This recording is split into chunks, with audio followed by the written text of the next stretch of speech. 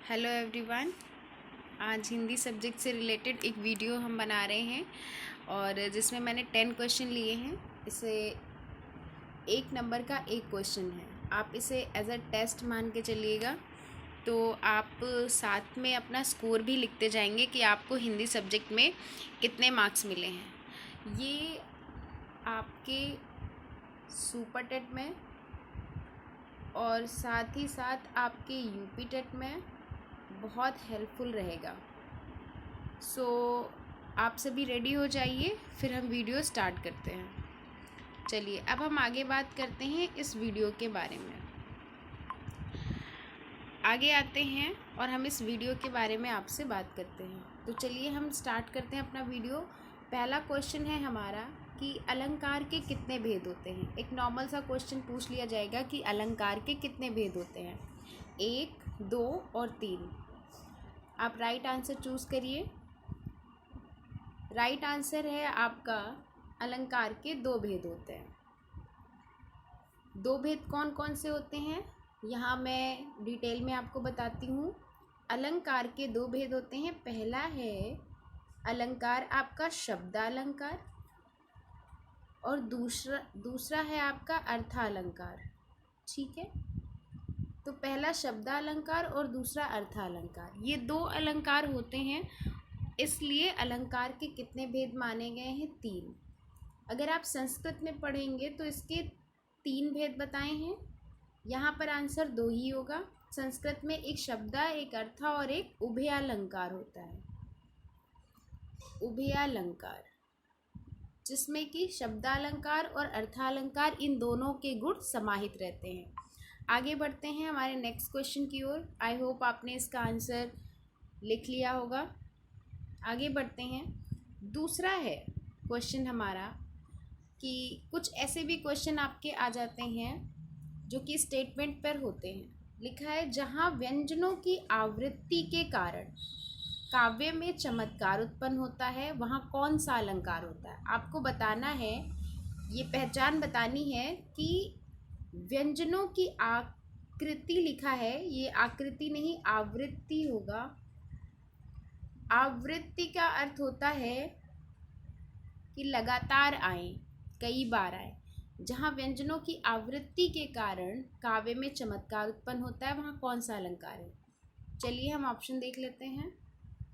रूपक, पहला है आपका रूपक, दूसरा उपमा, तीसरा उत्प्रेक्षा और अनुप्रास। अब इन दोनों में से आप राइट आंसर बताइए कि क्या हो सकता है। रूपक, उपमा, उत्प्रेक्षा और अनुप्रास।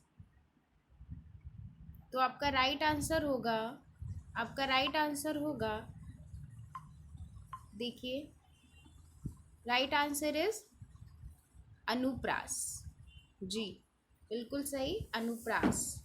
अनुप्रास अलंकार जैसे तरनी तनुजा तट तमाल तरुअर बहुचाए, रघुपति रघुपति, राघव राघव, राजा राम।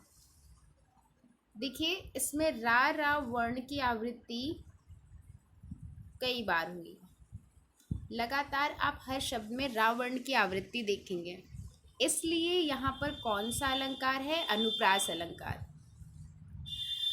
आई होप आपको इतना समझ में आया होगा। अब नेक्स्ट क्वेश्चन की तरफ चलते हैं। तीसरा क्वेश्चन है जो रहीम गति दीप की, कुल कपूत गति होए, बड़े उजियारे करे बड़े अंधेरो होए। प्रस्तुत पंक्ति में अलंकार है, इसका आंसर बताइए आप सभी।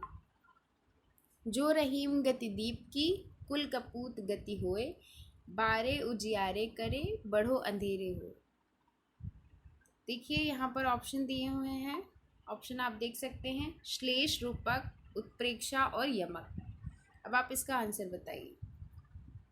आई होप सबने क्वेश्चन पढ़ लिया होगा। आंसर देखते हैं। आंसर है हमारा, मैं थोड़ा सा कलर चेंज कर लूँ। आंसर है हमारा, ध्यान से देखिएगा, श्लेष। श्लेष क्या है, श्लेष हमारा आंसर इसलिए होगा, ध्यान से समझिएगा, क्योंकि इसमें दो अर्थ निकल रहे हैं। जो रहीम गतिदीप की कुल कपूत गति होए, बारे उजियारे करे बढ़े अंधेरो होए। कपूत कपूत कहा गया है यहाँ पर कुपुत्र को, जो कि जैसे कि गति दीप की होती है कि बहुत ज़्यादा उजाला होने पर अंधेरा हट जाएगा, लेकिन बहुत बाढ़े अंधियारों होए, मतलब अगर बुझ जाएगा तो क्या होगा, अंधेरा होगा। जैसे दीपक है, उसके जलने पर उजाला होता है लेकिन बुझने पर अंधेरा, वैसे ही कपूत यानी पुत्र की भी गति, कुल की भी गति एक कपूत की तरह होती है कि बारे उजियारे करे बढ़े अंधेरे। इसमें दो अर्थ निकल रहे हैं, इसलिए यहाँ आपका सही आंसर होगा श्लेष।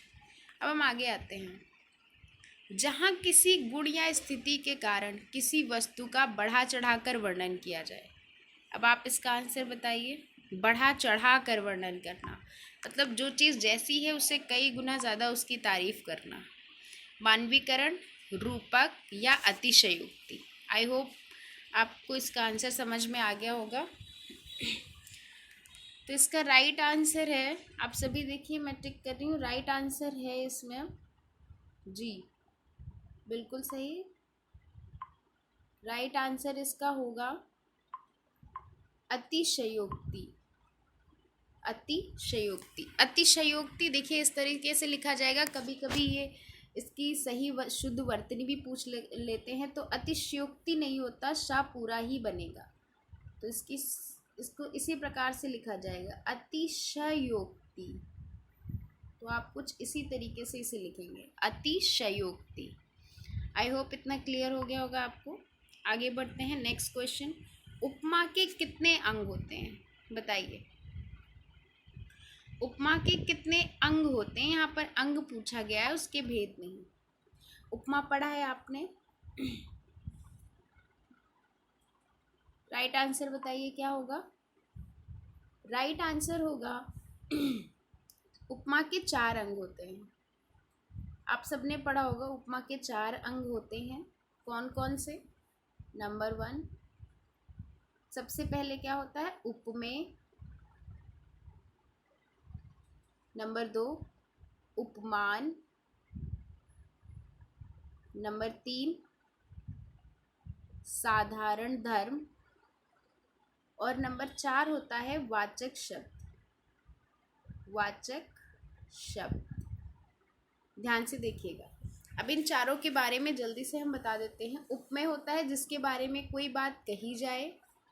उपमान होता है जिससे उसकी तुलना की जाए। साधारण धर्म होता है कि किस गुणधर्म को लेकर उसकी तुलना हुई है। और वाचक शब्द होता है जो तुलना करता है, जैसे सा, के जैसा, जैसा, जैसे, ये सभी शब्द क्या होते हैं, वाचक शब्द कहलाते हैं। आई होप इतना क्लियर हो गया होगा। तो चलिए अब हम आगे बढ़ते हैं। आज हमने 5 क्वेश्चन देखे और मैंने इनकी डिटेल भी आपको दे दी है। आई होप आपको क्लियर हो गया होगा। तो आगे के 5 क्वेश्चन हम कल की वीडियो में करेंगे। तब तक के लिए वीडियो शेयर करिए, लाइक करिए, सब्सक्राइब करिए। आई होप आपको आज की वीडियो अच्छी लगी होगी। Thank you so much everyone. Thank you so much.